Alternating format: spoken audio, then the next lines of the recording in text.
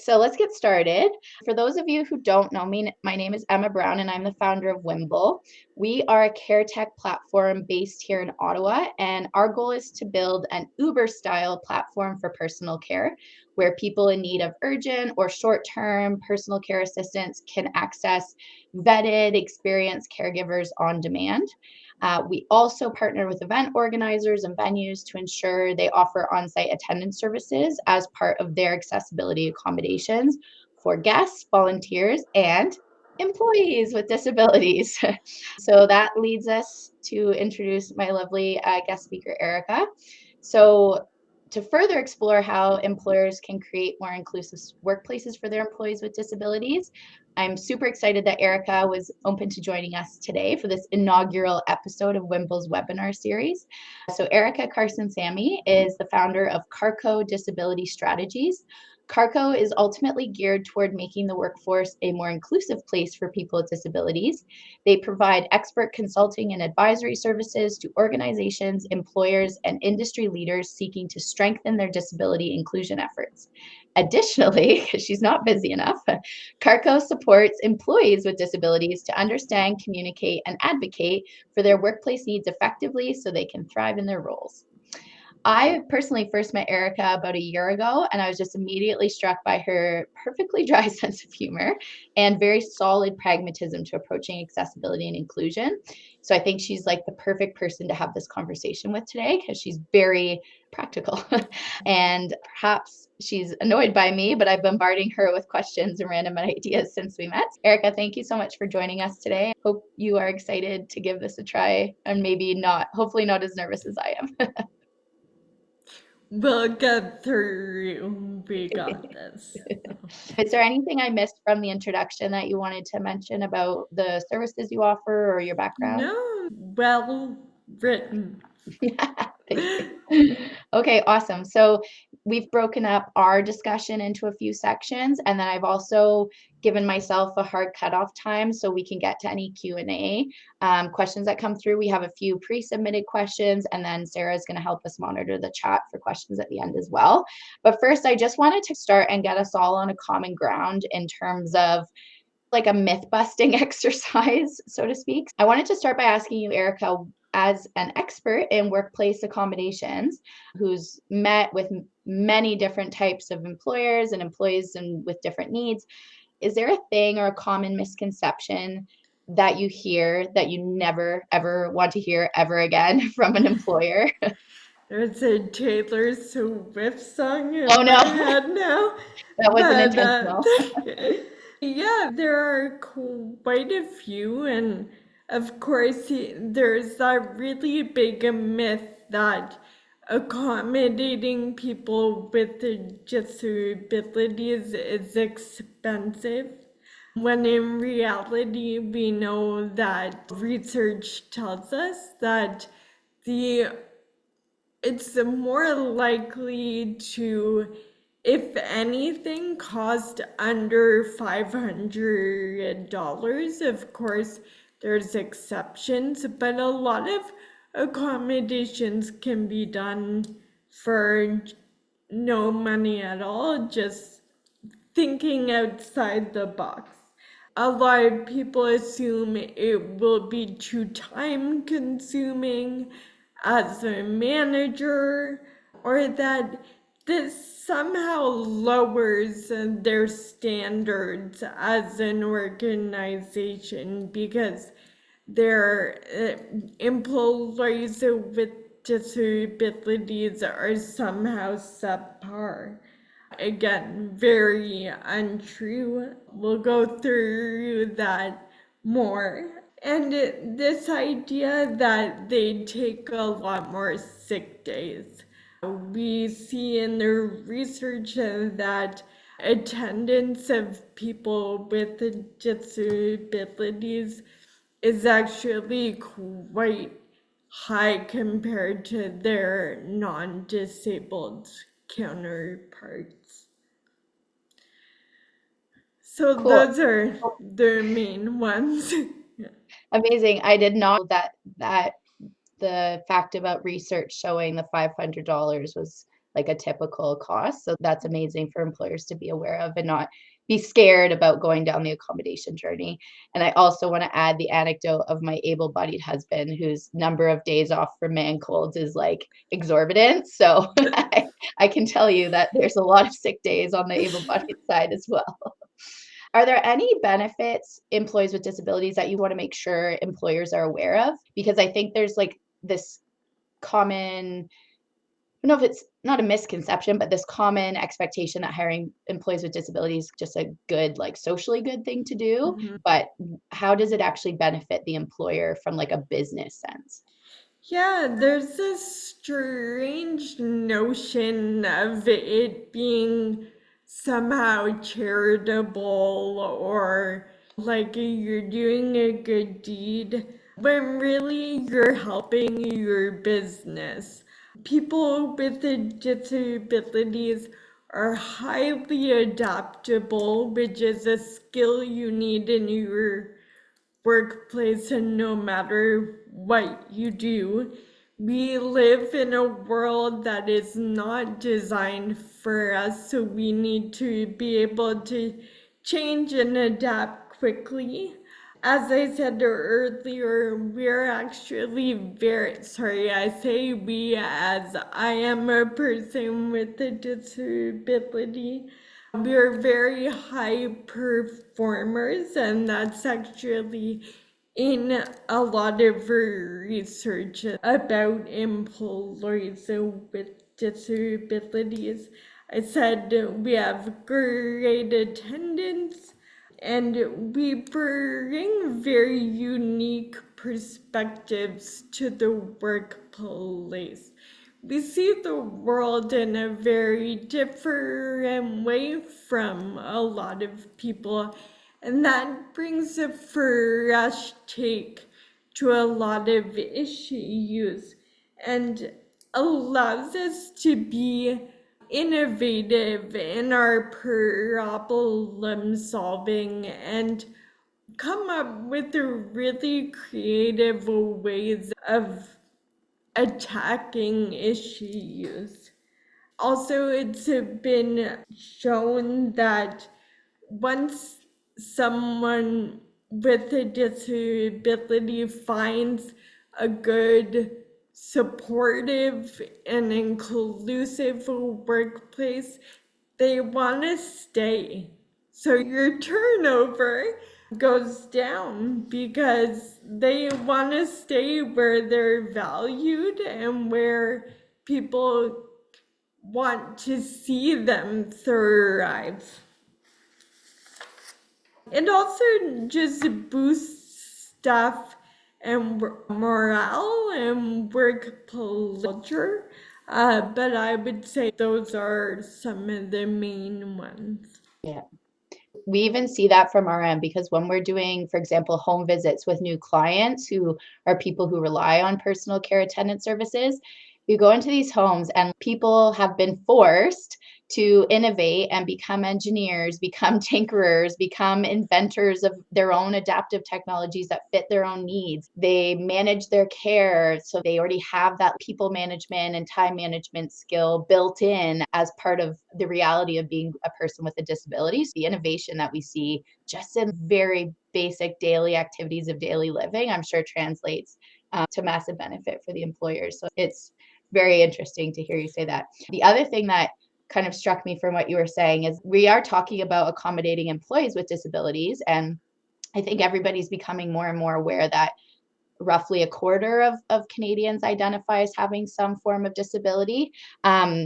So obviously there's a quarter of your employees that may need accommodations, but then I think there's also the benefit from the business's bottom line perspective of if you build your company and incorporate accessibility from the inside out, inherently your goods and services will also be accessible. So you're opening up another 25% of the market for your product or your services or your venue or your platform or whatever you're doing. So I think there's also that trickle on effect of being accessible to employees means you're being accessible to more customers and growing your business that way as well.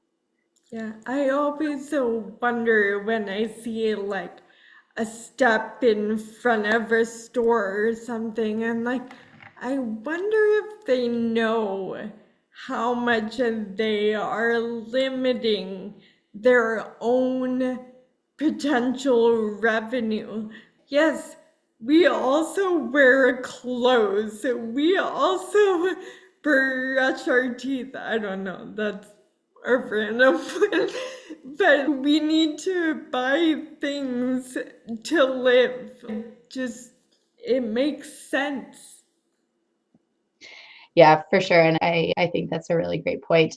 I think hopefully we're all on the same page that like this matters for multiple reasons, whether it's the financial bottom line, social good, workplace culture, et cetera, et cetera. So I thought now if we can just go into some examples that you can provide employers with of like easy wins or what's I don't want to set a floor, but what is the bare minimum employers should be doing to ensure they are creating an accessible and inclusive Yeah, workplace?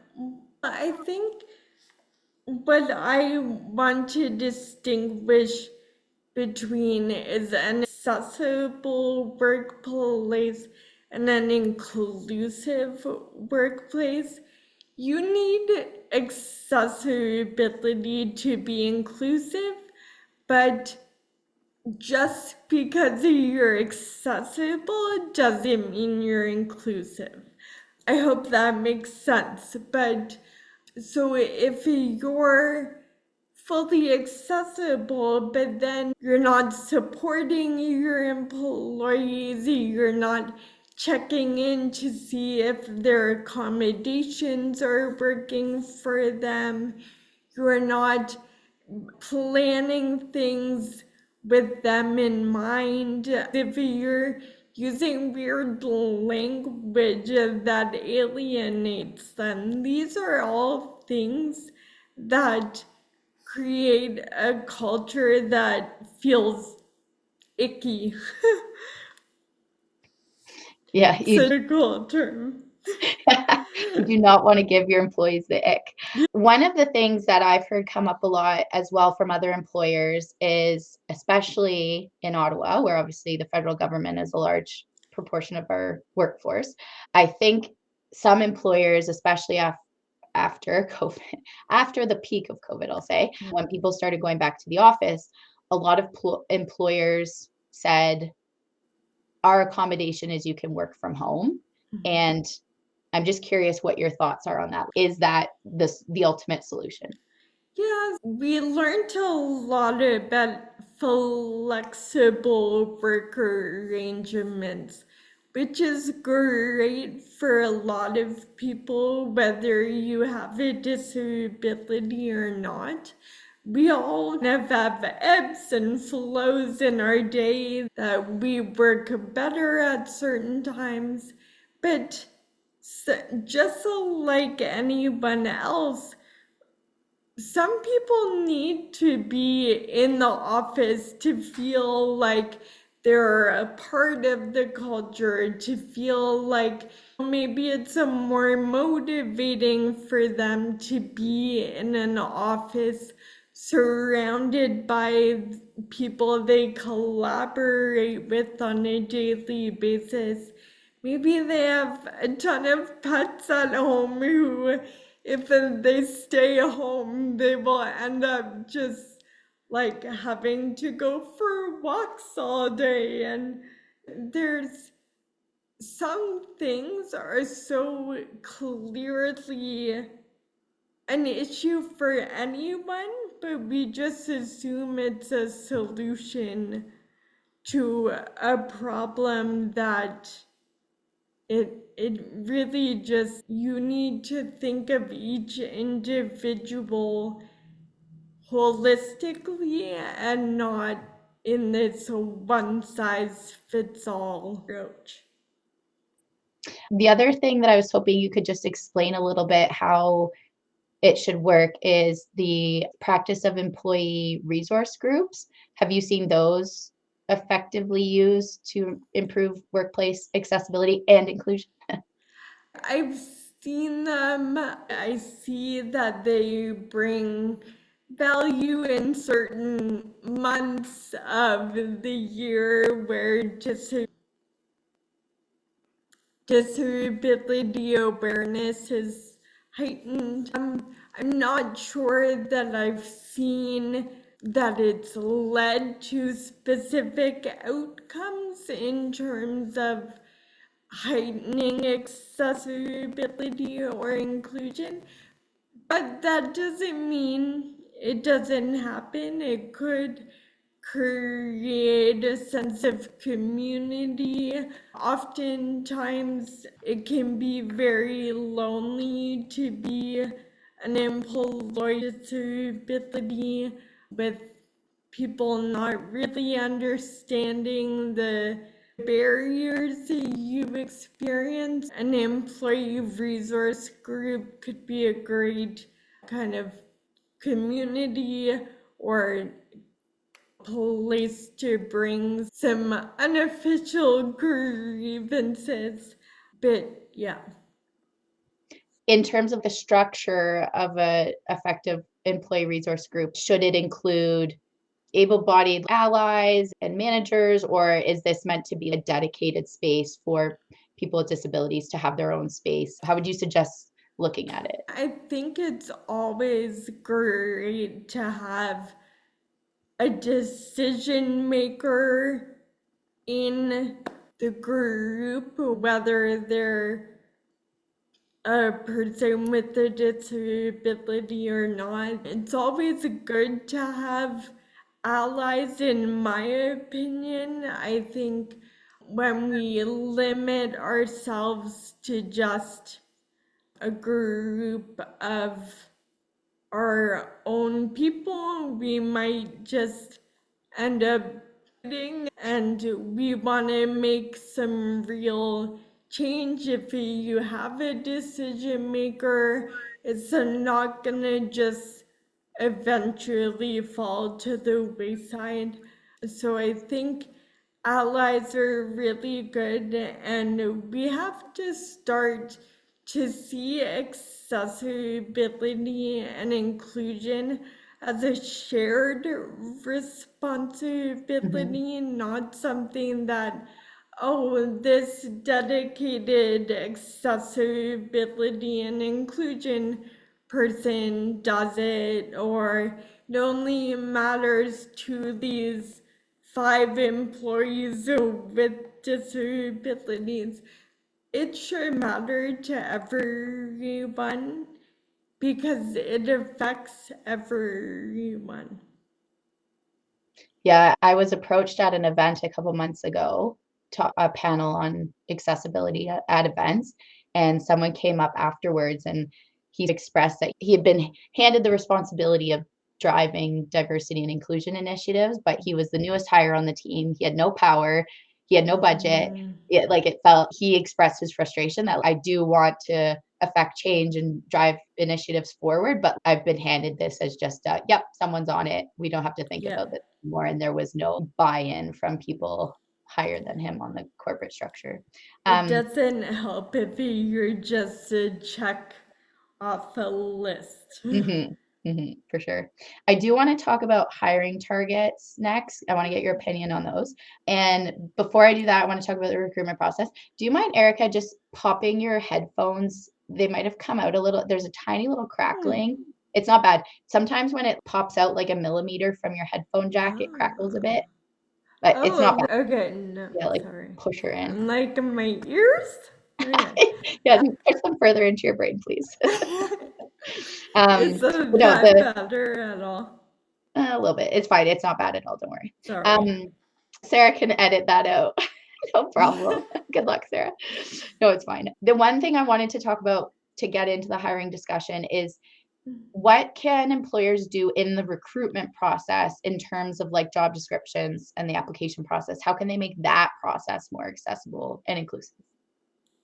Yeah, well, I think that's a pretty loaded question that we don't necessarily have time to fully answer, but some key things would be, don't load it with every single duty you can possibly imagine, because then people will start to think, oh, I don't know if I can lift a 50-pound box when you really only have to do that like once a month and someone else can do it. Sometimes I really try to come up with these really comprehensive job descriptions, and it actually ends up becoming way too inaccessible. It's important to use plain language as much as possible.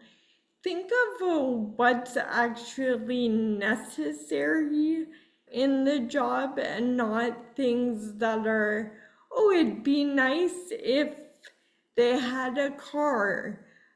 If they're not actively driving people and that's not the intent of the job, they just have to get to their job. And how they do that doesn't matter. Some other things, you want to make sure it can be easily read by a screen reader. There are lots of things online that can teach you how to do that or check for you.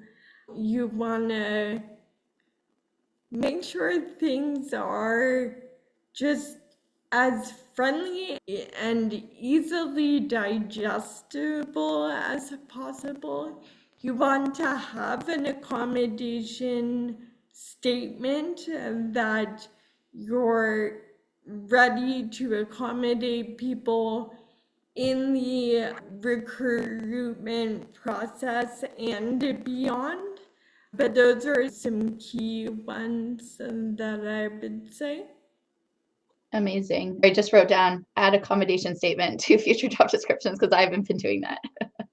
The other thing that someone mentioned to me a couple of years ago, and this was more like a general discussion about broader, more intersectional diversity and inclusion, but it was really being aware of like your biases when you're looking at people's like hobbies, interests, extracurriculars, and just being aware if you're comparing two candidates and one, if we're talking about like specifically in the context of people with disabilities who rely on care for activities of daily living, I'm trying to think of a fairly reasonable example, but like one of the candidates has some like really interesting late night hobby where they're out of the house, like pursuing this late night passion in like playing in a jazz band or something. And then the other candidate obviously doesn't have that, but you have to like keep in mind that people who rely on care and rely on structured caregiver schedules, you just don't have that flexibility unless you use Whimble. You don't have that flexibility and that ability to live your life exactly on your own terms sometimes. Yeah, making sure that you're just taking those biases into account when comparing specific details like that. I do want to get to talking about hiring targets. I know, for example, the federal government has set a hiring target of 7% people, employees with disabilities by a certain date.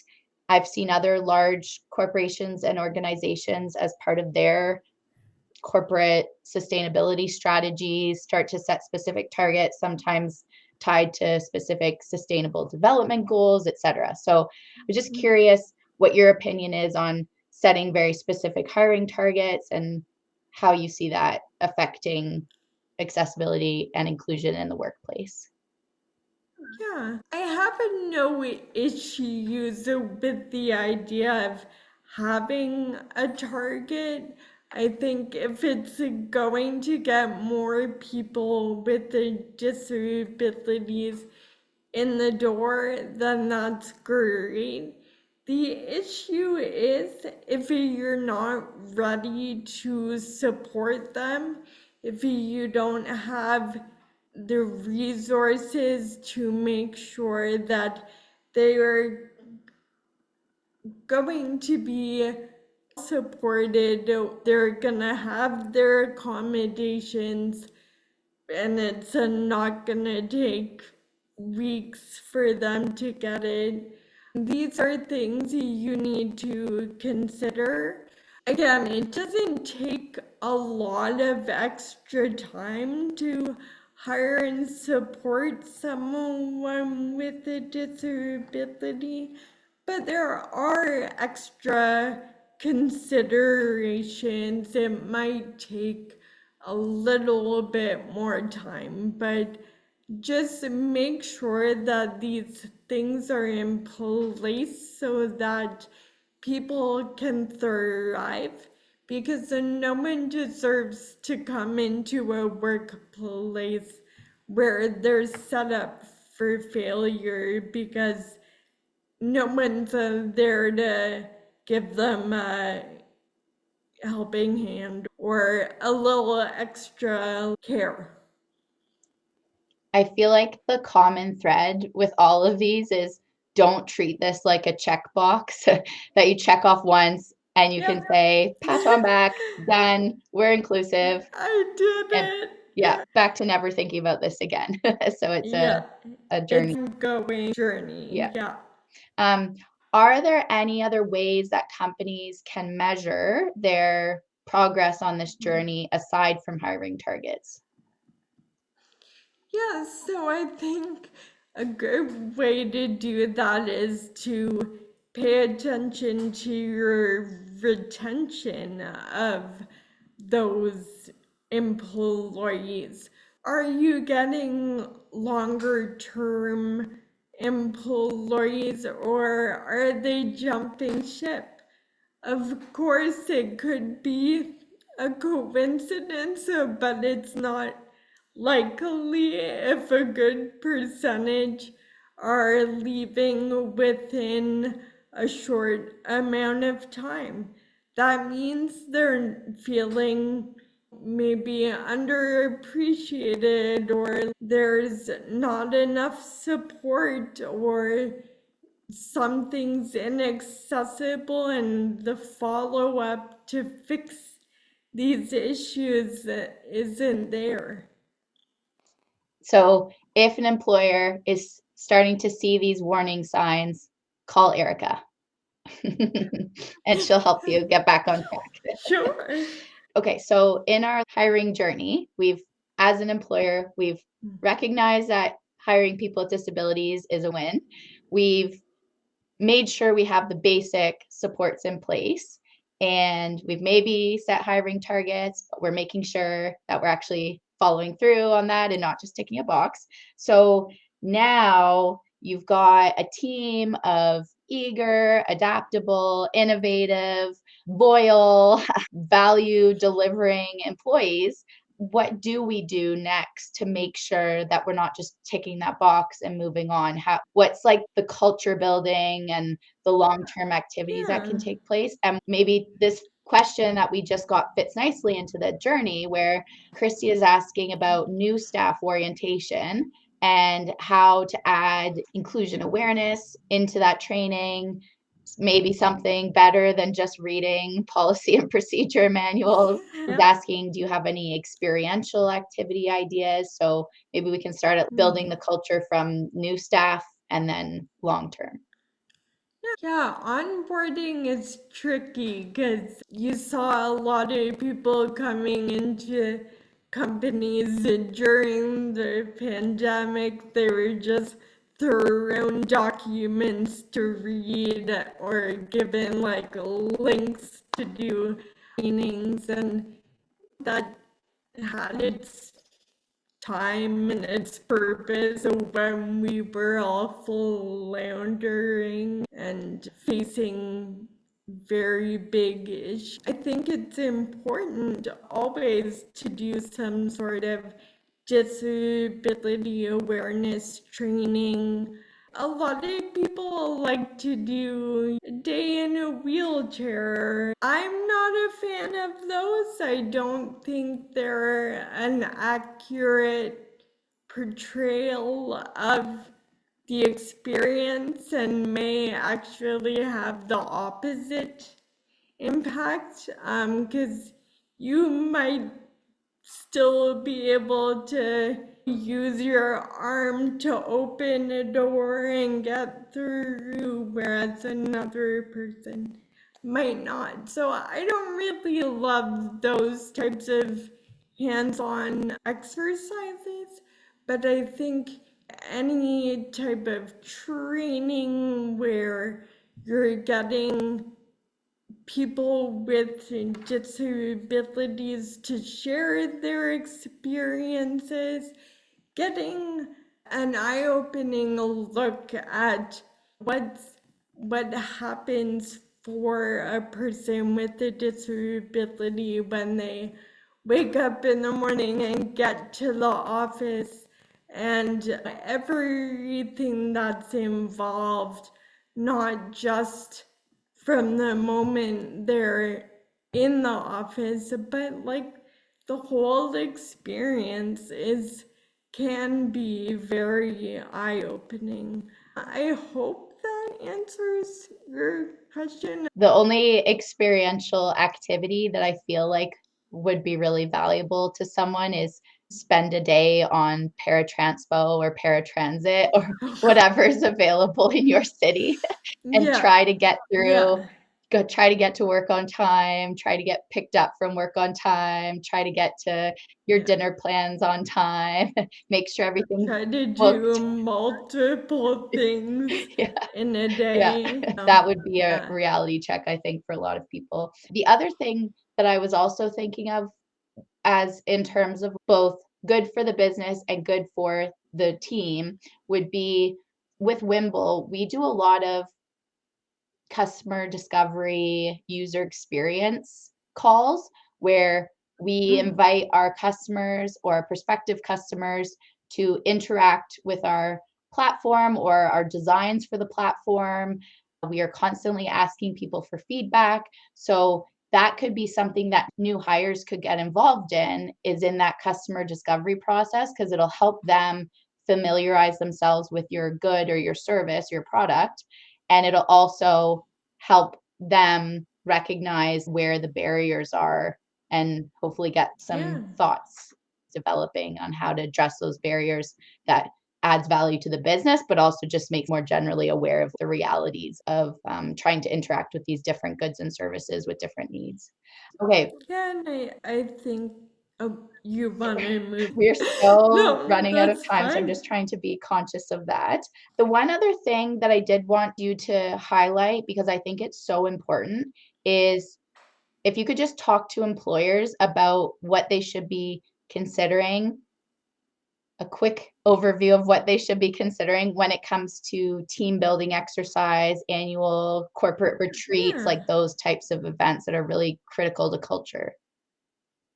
Yeah, that's always a tough one because you think you're really part of the team, you're starting to gel, and then you get invited to a team building exercise or an event that is very difficult for you to attend or participate in. So it's really important to keep all your employees in mind when designing these events or activities. And if that means taking a poll and asking, would you, and I'm not saying just give it to the people you know have disabilities, give it to the entire, you want to ask your entire workplace staff, what are some things that we could do? Do any of these options not work? If anyone says, I can't do that, you don't do it. A lot of the times we think of yoga retreats, and yoga's great, but it may not be the easiest thing for people. Or if you're doing laser tag and there are people with epilepsy, that may not be the best thing. So we want to do as a much fact finding before we offer up an invite. Take the time to see what our options are and what we can do for everyone. I was hoping the more times I turned my camera off, the closer you'd get to a Backstreet Boys song. We just checking the chat to make sure we've answered all the questions. The other one that I just wanted to flag, selfishly for me as an employer, was could you just really quickly talk to any external bodies that employers should be aware of in terms of being held accountable for this and supporting? Again, it's not just a nice thing to do. It's not just good for your business bottom line, but there's also compliance and regulatory aspects. I know you're not a lawyer. You can give the whole spiel about this is not legal advice and we can refer you to a lawyer, but just generally, what should employers be aware of? Yes. Don't take my legal advice because that's not going to help anyone. But there is the Employment Standards Act, which might not actually specifically name disability, but it very much touches on things that will more acutely affect people with disabilities, so whether it's leaves of absence or wrongful termination, hours of work, whether someone's doing overtime, those types of things. But more specifically, you have, for example, in Ontario, we have the Ontario Human Rights Tribunal, where if you're having issues that you haven't been able to address with your employer, you can file a complaint, and often the onus then becomes that of the employer and not the employee to prove that they did not in fact treat someone unfairly or what have you.